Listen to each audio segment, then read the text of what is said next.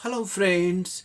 आज मैं आपसे basic structures in English part 5 में इंग्लिश के कुछ बेसिक स्ट्रक्चर्स की चर्चा करूंगा। पहला, old methods will not do. इसकी हिंदी, पुराने तरीकों से काम नहीं चलेगा। विल नॉट डू का मतलब काम नहीं चलेगा। Next, I could not save his life, या इसको इस तरह से भी कहा जा सकता है, I was not able to save his life. दोनों का अर्थ एक ही होगा, मैं उसकी जान नहीं बचा सका। Next, then alone. Then alone जोर दे के बोला जा रहा है, तभी, इसीलिए सब्जेक्ट से पहले ऑक्सिलरी वर्ब आ गया है। दो अवस्था में सब्जेक्ट से पहले ऑक्सिलरी वर्ब आता है। एक तो क्वेश्चन बनाने में सब्जेक्ट से पहले ऑक्सिलरी आता है, और दूसरा जोरदार तरीका से बोलने में, किसी चीज को जोर दे के बोलना हो, इम्फेटिक सेंटेंस बनाना हो, उस अवस्था में भी सब्जेक्ट से पहले ऑक्सिलरी आता है। Then alone will the people be able to do good to their country. इसकी हिंदी, तभी, तभी जोर देकर, तभी जनता या लोग अपने देश की भलाई करने योग्य होंगे। Next, he should not have been so mean. Should के बाद हैव आया है ना, बीन तो क्या हो गया, पास्ट हो गया। इसकी हिंदी, उसे इतना नीच नहीं होना चाहिए था, है ना, था है ना, पास्ट है। Next, let us now begin to study, या इसको ऐसे भी कह सकते हैं, let us now start studying। let us now begin to study या let us now start studying, दोनों का अर्थ एक ही होगा, अब हम पढ़ना शुरू करें। Next, I am of opinion that students should not take active part in politics, या इसको ऐसे भी कहा जा सकता है दूसरे तरीके से, I think. I am of opinion का मतलब आई थिंक, मेरे विचार में। I think that students should not participate in active politics. इन दोनों का अर्थ एक ही है, और इसकी हिंदी क्या हो जाएगी, मेरे विचार में विद्यार्थियों को सक्रिय राजनीति में भाग नहीं लेना चाहिए। अब कुछ और बेसिक स्ट्रक्चर्स को देखें। She always has me clean the toilet।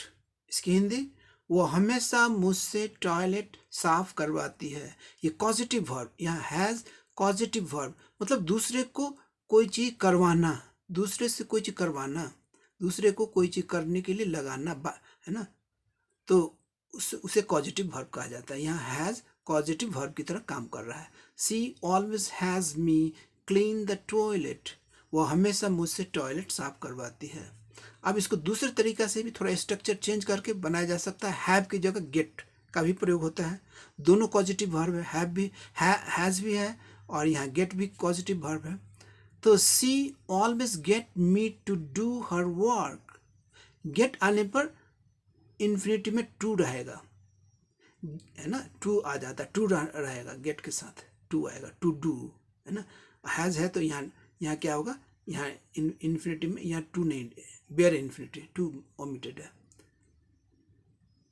C always get me to do her work, वो हमेशा मुझसे अपना काम करवाती है। नेक्स्ट, अब देखें फ्यूचर में, she will always get me to do her work, इसी का फ्यूचर हो गया। गेट आया तो यहाँ टू आ गया, टू डू, वो हमेशा मुझसे अपना काम करवाएगी, फ्यूचर हो गया। इसको अब हैव लगा के भी बनाया जा सकता है। सी विल ऑलवेज हैव, ये हैव पॉजिटिव वर्ब की तरह काम कर रहा है। She will always have me do her work, have रहेगा तो यहाँ इन्फिनिट का टू ओमिटेड हो जाएगा, ये बेयर इन्फिनिटिव हो गया, मीन ये verb without to, bare infinitive, यहाँ टू आएगा। गेट में ये टू, यहाँ हैव के साथ या हैज के साथ टू नहीं आएगा। सी विल ऑलवेज हैव मी, यहाँ टू नहीं है, डू डायरेक्ट है ना, टू ओमिट कर दिया जाता है। मी डू हर वर्क, वो हमेशा मुझसे अपना काम करवाएगी। दोनों का अर्थ सेम है लेकिन स्ट्रक्चर में थोड़ा फर्क है। यहाँ गेट लगा के बनाया गया, यहाँ हैव लगा के बनाया गया। यहाँ गेट पॉजिटिव, यहाँ हैव पॉजिटिव की तरह काम कर रहा है। नेक्स्ट देखिए, सी ऑलवेज हैड, अब पास्ट में देख लीजिए, she always had me do her work, वो हमेशा मुझसे अपना काम करवाती थी, पास्ट में हो गया। अब हैड ये भी पॉजिटिव वर्ब हो गया, हैड की जगह गॉट का भी प्रयोग होता है। गेट का past got. She always got me, got आएगा तो टू आ जाएगा। She always got me to do her work. Got नहीं रहेगा तो bare infinitive, infinitive without to, had के साथ, हैव के साथ, हैज के साथ, सब के साथ बेयर इन्फिनिटिव। गेट गॉट्स आएगा उसमें टू भी आएगा, इन्फिनिटिव के साथ टू, टू डू, जो भी इन्फिनिटिव वर्ब आएगा उसका टू आएगा। She always got me to do her work, वो हमेशा मुझसे अपना काम करवाती थी, है ना, ये पास्ट में है। हैड वाला भी, ये भी पास्ट में, दोनों पॉजिटिव वर्ब की तरह काम कर रहा है यहाँ। Next, she has her car washed, has की जगह गेट भी हो सकता है। She get her car washed. अब यहाँ गेट में इन्फिनिटिव नहीं आएगा। यहाँ क्या है कि एक बात ध्यान में रखें, ये पॉजिटिव वर्ब हैज या गेट है, हैज या गेट जो है, इसके बाद नॉन लिविंग ऑब्जेक्ट है, नॉन लिविंग ऑब्जेक्ट है ना, निर्जीव ऑब्जेक्ट है, हर कार। इस अवस्था में क्या होता है कि मेन वर्ब V3 में आता है, क्योंकि यहाँ पैसिव सेंस आता है, इसलिए मेन वर्ब V3 में, पैसिव में ऑलवेज मेन वर्ब V3 होता है। ये फर्क जान ले, है ना, क्योंकि यहाँ ऑब्जेक्ट नॉन लिविंग है, इसीलिए वर्ब का V3 फॉर्म आएगा, क्योंकि यहाँ पैसिव सेंस आ रहा है। सी, अब इस गेट के साथ यहाँ जब नॉन लिविंग रहेगा तो यहाँ टू का प्रयोग नहीं होता, दोनों के साथ V3 ही आएगा। सी हैज हर कार वॉश्ड या सी गेट हर कार वॉश्ड, है ना, ये नियम, ये टू वाला नियम यहाँ नहीं आएगा। यहाँ जो नॉन लिविंग हुआ, यहाँ मेन वर्ब V3 आ जाएगा। नेक्स्ट, इसकी हिंदी क्या हो जाएगी, वो अपनी कार धुलवाती है। वो अपनी कार धुलवाती है। अब नेक्स्ट देखिए, इसका पास्ट अब देख लें, she had her car washed या सी गॉट हर कार वॉश्ड, दोनों में से कोई भी यूज कर सकते हैं, हैड या गॉट, गेट का पास्ट गॉट, दोनों का अर्थ सेम होगा। यहाँ नॉन लिविंग है इसलिए मेन वर्ब V3 है। इसकी हिंदी, वो अपनी कार धुलवाई, पास्ट है, वो अपनी कार धुलवाई। अब नेक्स्ट देखें, फ्यूचर में देखें, सी विल गेट या हैव, ये गेट और हैव दोनों, ये दोनों में से कोई रख सकते हैं, ये पॉजिटिव वर्ब की तरह काम कर रहा है।